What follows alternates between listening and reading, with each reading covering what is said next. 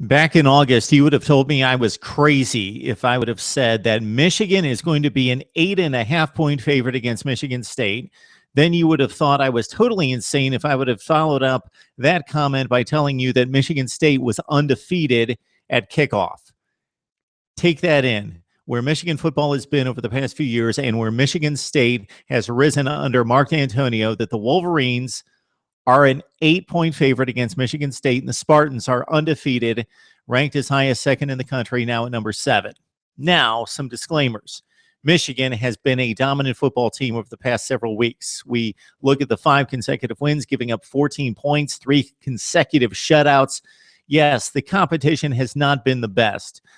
They beat Maryland. Yes, they beat Northwestern. Definitely the Wildcats, the best competition that they have faced, and that was no competition at 38-0. And Michigan giving up just 150 yards per game during these contests. Think about where BYU stood when Michigan blanked them 31-0. BYU had defeated a good Boise State team. They beat a decent Nebraska team. They went to the Rose Bowl and took UCLA to the final drive, 24-23, and Michigan only gave up 105 yards to BYU. They're the number 1 ranked total defense and number 2, actually in total defense, number 1 in points against.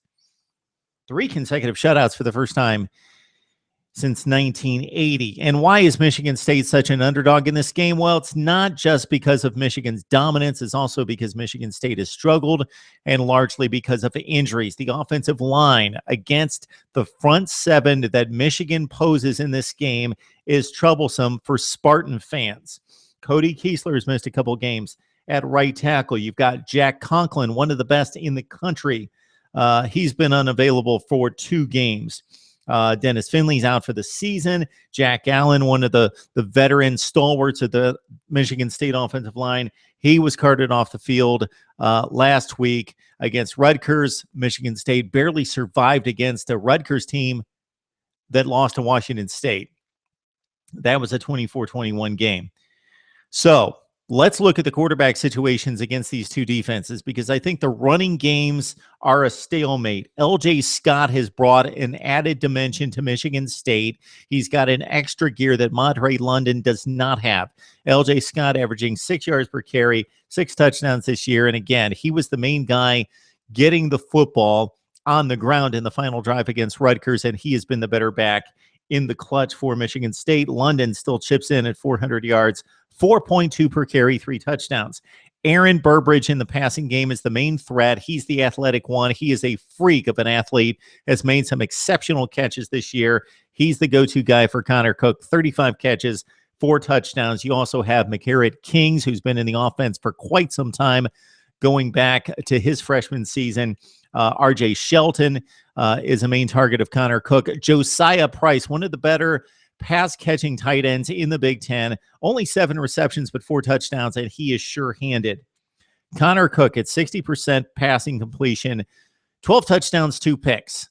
I am concerned that he's not going to be able to stay upright much in this game, and that could be the downfall for Michigan State.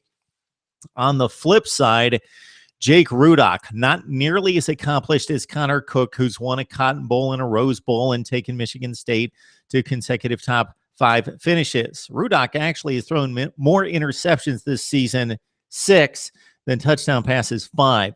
He will probably make a couple mistakes in this game. He has done it against lesser defenses than Michigan State.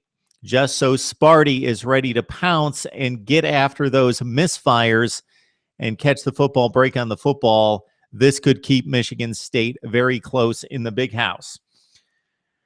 You also have Amara Darboh, who's one of the better pass catchers in the Big Ten, 25 receptions, 2 touchdowns. Of course, he of the Odell Beckham Jr. reception, the one-hander, and Jake Butt, one of the better tight ends in all of college football. They need to target him more. 22 catches after a huge opening night against Utah, and he still just has the 1 touchdown reception, that one on opening night in Salt Lake City. Devion Smith has really distinguished himself as the best back of this quartet of running backs for Michigan. So it was appeared to be a Running back by committee situation at Michigan, I didn't really feel as though any one back was better than the others. And based on the high school pedigree of Derek Green, that he would be the best back. But Devion Smith, definitely, he has turned into a better back in regards to foot speed within a small limited space. His footwork is exceptional.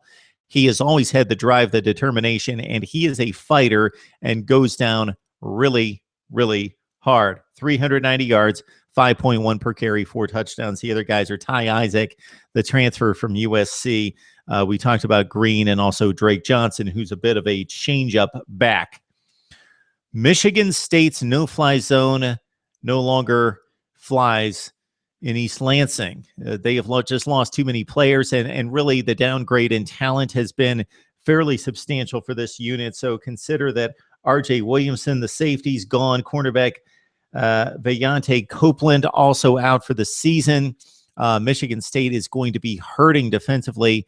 Not that Michigan's going to throw it a ton of times, but the Michigan formula is play, action, pass. Rudock, 15 of 25, 17 of 23, as he did last week against Northwestern. Those type of efforts, but once he completes the ball, it's usually downfield for 15 to 20 yards. They get chunk yardage in the passing game. That spells trouble for Michigan State against this Michigan wide receiver core of Darbo again, and Jake Butt at tight end, and also Jehu Chesson at wide receiver for Michigan. Michigan State, it's kind of hard to imagine. They're 89th in the nation against the pass. They also have 21 sacks, though, and an experienced and very athletic defensive line with Malik McDowell up front. He's the guy that's the run stuffer. It's all going to have to start with him in regards to stuffing Devion Smith and forcing Rudock to pass. And then Shalik Calhoun, one of the best in the business this season, coming in with 6 tackles for loss and 5 sacks.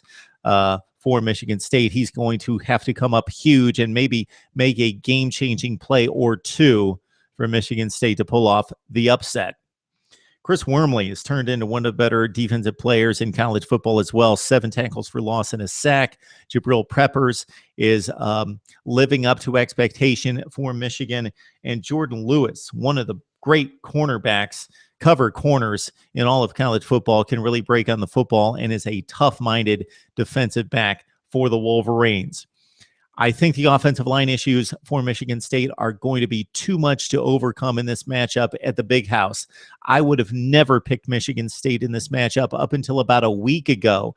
The injuries, it's in the Big House. This Michigan defense, the front 7 versus Michigan State's offensive line, is going to be a difficult matchup. Connor Cook is not mobile. He cannot get out of the pocket and threaten the defense. Michigan wins over Michigan State 24-13. Would love to hear your comments on this matchup at the Big House. It's a big one in the Big Ten right here on Mark Rogers TV.